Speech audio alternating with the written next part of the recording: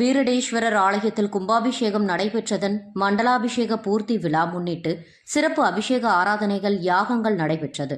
மயிலாடுதுறை மாவட்டம் மயிலாடுதுறையை அடுத்த வழுவூரில் அஷ்டவீரட்ட தலங்களில் ஒன்றான வீரடேஸ்வரர் ஆலயம் அமைந்துள்ளது. தாருகா வனத்து முனிவர்கள் ஏவிய யானை வடிவிலான அசுரனை கிழித்து சம்ஹாரம் செய்து ஆடையாக இறைவன் அணிந்த இடம் என்பதால் வழுவூர் என்று அழைக்கப்படுகிறது.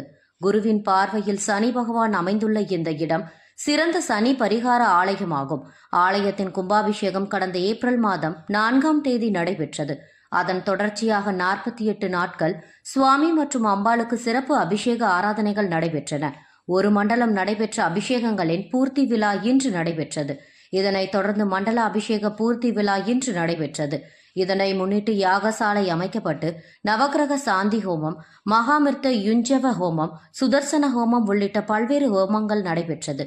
தொடர்ந்து சுவாமி அம்பாளுக்கு சிறப்பு மகா அபிஷேகம் செய்யப்பட்டது. ஏராளமான பக்தர்கள் பங்கேற்று சுவாமி தரிசனம் செய்தனர்.